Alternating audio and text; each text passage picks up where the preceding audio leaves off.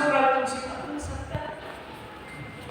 Diba? The shortest interpretation of the Bible is man's moral concept.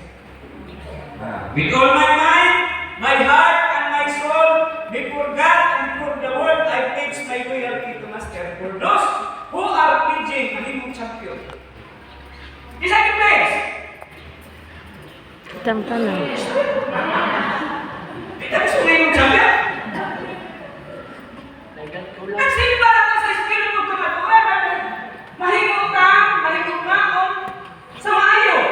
Mahigong kang maghihatakon, maghatakon ka sa ilunan. Generosity is not only meant for immaterial things, but in all things, mga igsuod, labi na sa espiritual ng mga pagkakao.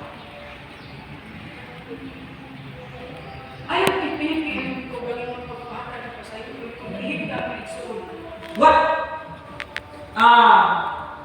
Kung siya ito bibuhat, iinig at igsuod, what we have done to the less of